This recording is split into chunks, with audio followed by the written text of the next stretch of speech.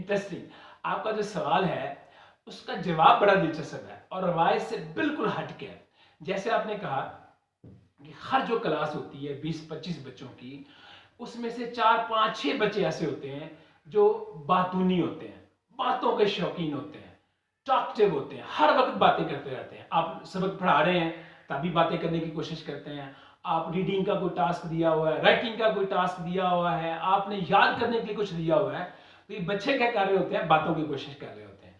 तो ये जो बच्चे हैं जो बातों की कोशिश कर रहे होते हैं, इनको मेरा पहला सवाल आपसे ये है, वो जवाब देने से पहले पहला सवाल ये है कि आप इनको हैंडल कैसे करते हैं? भला कैसे हैंडल करते हैं हम लोग इन्हें?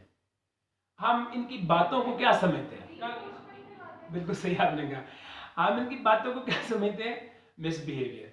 और हम इनको हैंडल कैसे करते हैं कि हम इनको चुप करवाते हैं सख्ती के साथ। अगर ये चुप ना करें तो हम इनको खड़ा कर देते हैं पीछे, आइसोलेट कर देते हैं, इनके इनकी सीट से निकाल के इनको पीछे खड़ा कर देते हैं, साइड पर खड़ा कर देते हैं, इनको बाज़ बात पनिश करते हैं।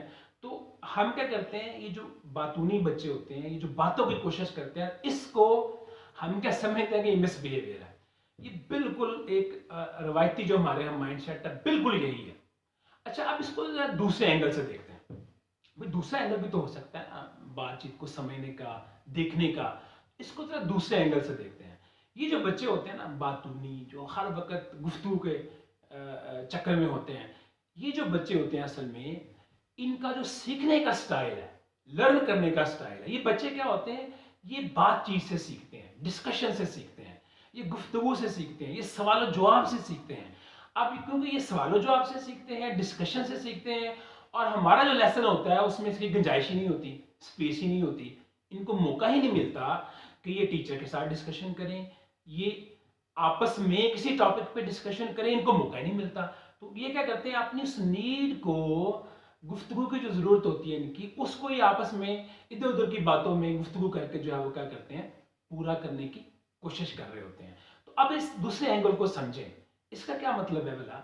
इसका सादा सा मतलब ये है कि जब आप लेसन डिज़ाइन करते हैं अपना, तो लेसन डिज़ाइन करते हुए इस बात की स्पेस रखें, इसके लिए स्पेस रखें बाकायदा, कि ये बच्चे हैं, बातूनी बच्चे हैं, ये टॉकटिव हैं, इनसे मैंने सवाल करने हैं, इनको डिस्कशन में शामिल करना है, इनके लिए ये डिस्कशन का पैटर्न होगा। तो बाकायदा 3-4-5 मिनट जो अपने लेसन में से डिस्कशन का टाइम रखें और इन बच्चों से डिस्कस करें, पिन पॉइंट करके। क्यों? ये बच्चे डिस्कशन करने का शौक होता है, बातचीत करने का शौक होता है, तो ये बातचीत से क्या करते हैं, सीखते हैं, लर्न करते हैं। तो ये जरा थोड़ा सा रवायत से हटके है ये बात, और लेकिन आपको अंडरस्टैंड होगी। ये बच्चे कौन से होते हैं? ये गुफ्तगू से सीखने वाले बच्चे होते हैं। जैसे कुछ बच्चे देखकर सीखते हैं, हम उनको विजुअल लर्नर्स कहते हैं। कुछ जो है वो सुन के सीखते हैं, कुछ जो है वो फिजिकली इन्वॉल्व होकर सीखते हैं, काइनेस्थेटिक लर्नर हम उनको कहते हैं। तो ये बच्चे के डिस्कशन से सीखने वाले होते हैं। इस पॉइंट को समझें। ये जब बातों की कोशिश कर रहे होते हैं तो ये मिसबिहेव नहीं कर रहे होते। हमारा जो अंदाजा है, गेस है, नुक्ता नज़र है इनकी बातों को देखने का, हम इसको मिसबिहेव समझते हैं। ये मिसबिहेव नहीं कर रहे होते, ये अपनी नीड को पूरा करने की कोशिश कर रहे होते हैं। इसलिए जब आप लेसन डिज़ाइन करते हो ना, तो क्या करना है, अपने लेसन में डिस्कशन के लिए स्पेस रखनी है और इन बच्चों को पिन पॉइंट करके इनसे पूछें, और फिर आप देखें 1 हफ्ते 1.5 हफ्ते आप इस प्रैक्टिस को करें। बातूनी बच्चों के लिए अपने लेसन में डिस्कशन तैयार करके जाएं। ये सवाल होंगे, ये मैंने डिस्कशन करनी है, ये टॉपिक है, और फिर देखें आप ये बच्चे जो हैं वो किस तरह लर्न करते हैं, इनकी लर्निंग कैसे एक्सेलरेट होती है।